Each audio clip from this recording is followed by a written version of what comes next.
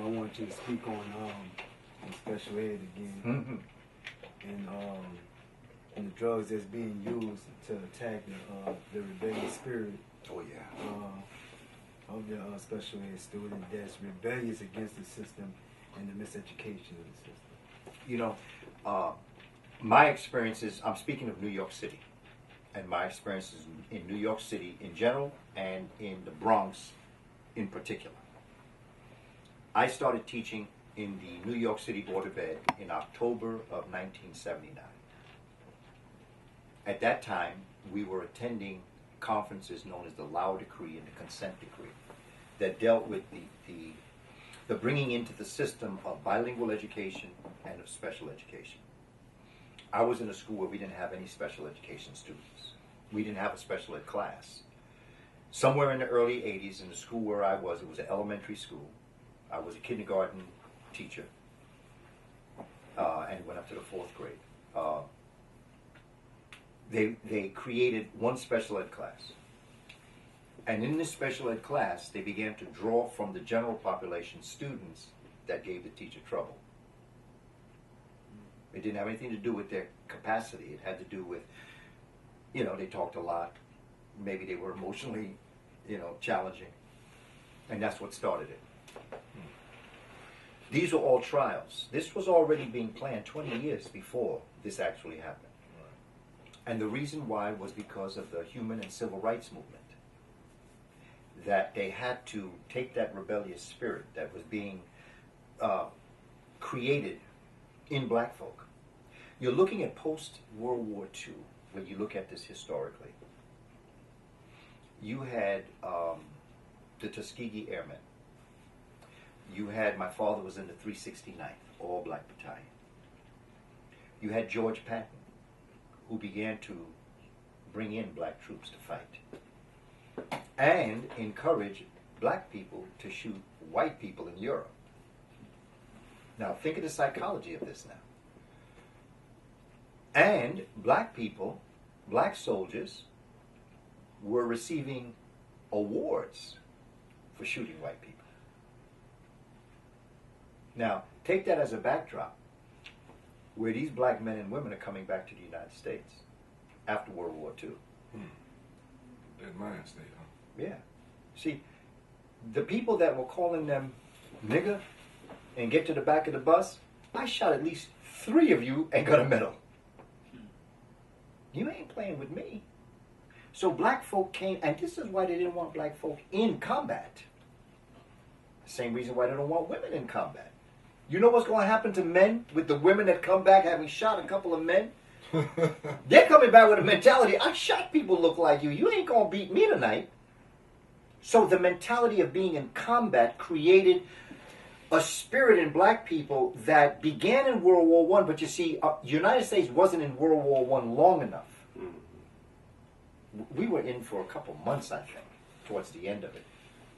But World War II, that's when things started changing. And they didn't change because they wanted to, because my father was in Okinawa.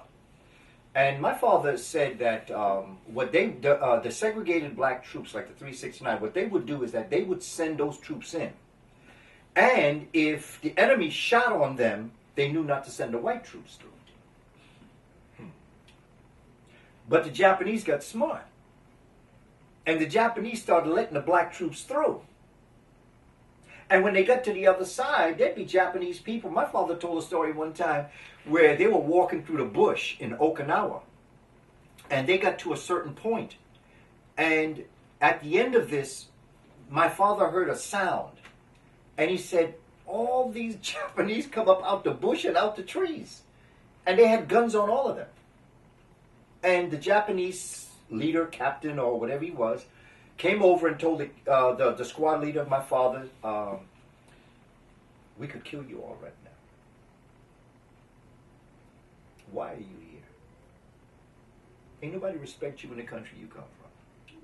And you fighting for them. You come here to kill us. And we could kill you. So we're going to tell you what you're going to do. Just keep on going. Don't turn around. Don't say another word. Just keep going and you will live. You open your mouth, we'll blow you right off because you ain't got no sense. So my father said everybody continued going down, and all of a sudden in the back, my father heard all this firepower because that's when the white troops were going through. That's why they integrated the troops. They didn't do it because they wanted to. They did it because the trick they were playing never worked. It didn't work anymore. Wow.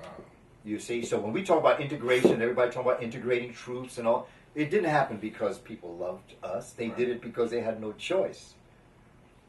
And so this mindset of black folk coming back to the United States, having shot up white people. In France, I mean, they love black troops in France. In fact, a lot of brothers never came back. And so black folk that did come back came back with this mentality. And this ability to have had a gun to shoot was on their head. And so when they came back to the United States and they went back to Mississippi, or they went back and all of a sudden they said, oh, you might be a major, but you ain't nothing but a nigga to me. Brothers were saying, yeah, I'll show you what I am. And that started.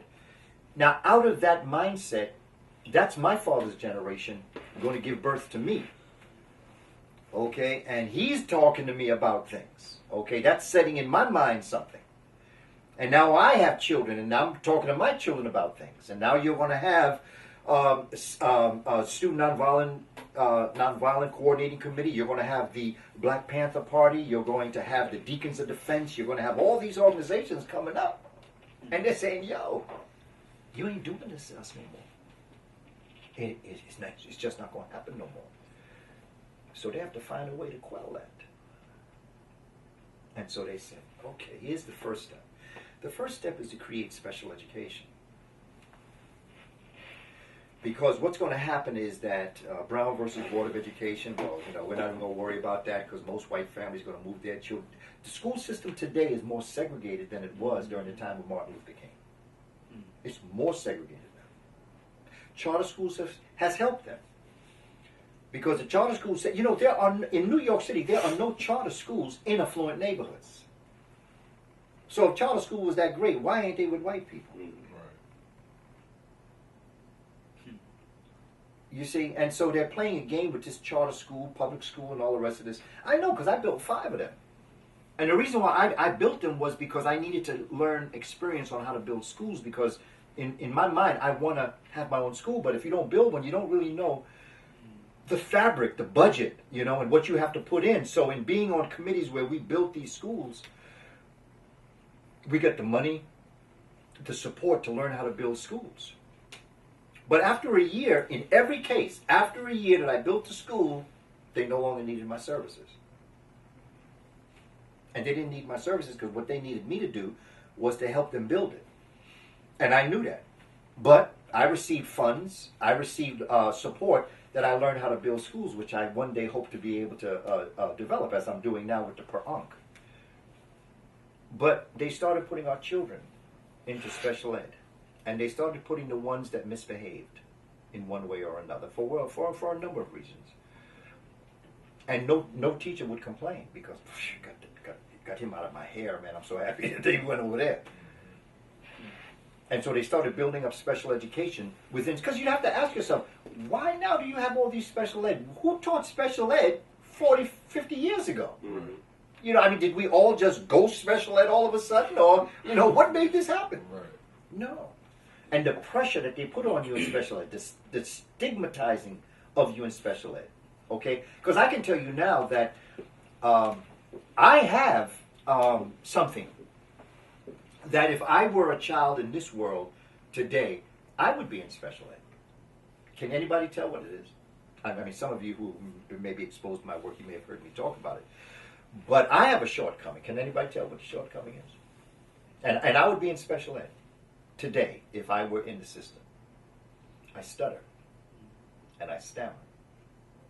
Very badly. But I've learned how to work it so that I don't. But people used to laugh at me growing up, so I shut down. It's called selective mute. I shut down, didn't talk for 4 years. I think that's why I'm so verbose now. I'm trying to make up for all them years I didn't say that. But I shut down for 4 years, didn't talk, and they threatened to put me. See, back then they didn't have special ed. They won't put me in CRMD, the class for the mentally retarded. My mother said, ain't nothing wrong with my son. You retarded to let them children laugh at him. There ain't nothing wrong with my son. My son is all right. My son talks to me clearly at home. He said he just don't want the children to laugh at him. And so I would be in special ed today. And so they created these little categories of putting people in special ed. Speech, emotional, learning disabled, all sorts of things like that. And then when children react to that, they say, okay, now pharmaceuticals said, okay, here's part two. Because they were planning this. Part two now is to put them on Ritalin. Part two is to put them on drugs. And putting them on drugs just quiets them down. I remember there was a student when I was in middle school, about 2000, 1999, 2000, there was a student that I'd be in my room and I would hear a bang on the wall. And it would get louder and louder, which told me that the brother was getting closer to my room. And when he got to my door, he would bang on it. And I would open it, and he'd come in, and he'd start turning up all the tables, throwing over the chairs. And I wouldn't say nothing to him. I would go over to my desk and sit down. And eventually, he would come around, and he'd pull up the chair and slam it on in front of me, and he'd plop down, and he'd just start this. I mean, it's hard to explain, but this brother was being spiritually impacted, and then his face would almost puff up, and he'd start tears.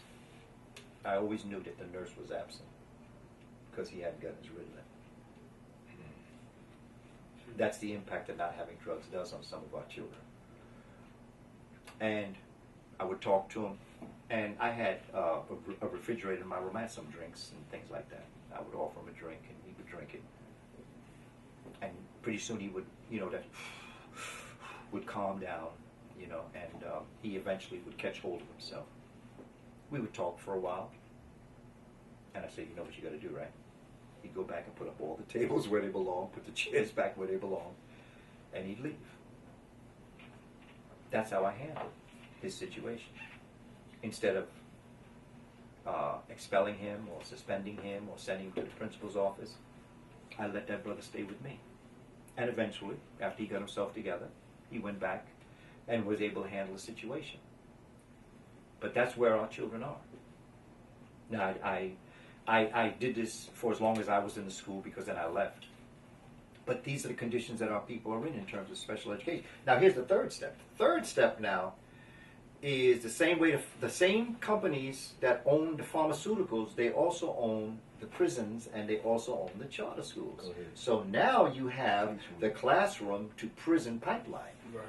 Mm-hmm. Right. So they there was no place for us after we were free. They never expected to free black folk because the arrogant ignorance of white supremacy, they never saw the future. They only saw the now. And so when things happened and we were free, and not only that, but we started going to colleges and we started becoming senators and congressmen back in the Reconstruction period. A good book for that is Dr. W.E.B. Du Bois's book, The Reconstruction. One of the best books on Reconstruction and what black folk actually did in terms of success. Building up schools and the small churches that would become schools, and the education. We got some of the finest education. There's another book, and the author escapes me right now. It's called Self-Taught, where it talks about what African people did to teach children back in, even before enslavement ended. It talks about how we educated our people. And some of my work is based on the work of the sisters' work. It's called Self-Taught. And there's another book by William Watkins. It's called Black Education, White Architects. Another very good book to study what happened to us in education. And so there was no place for us. So the way they use us, like Bob Marley says in his song, in prisons and in schools. They build our schools and our prisons. And so they make a living off of us. In fact, in New York City, the great majority of prisons are in Republican districts, upstate New York. Because every year when you count your population, if you have a prison, let's say you have a population of 8,000. let's say you have a prison population of 2,000.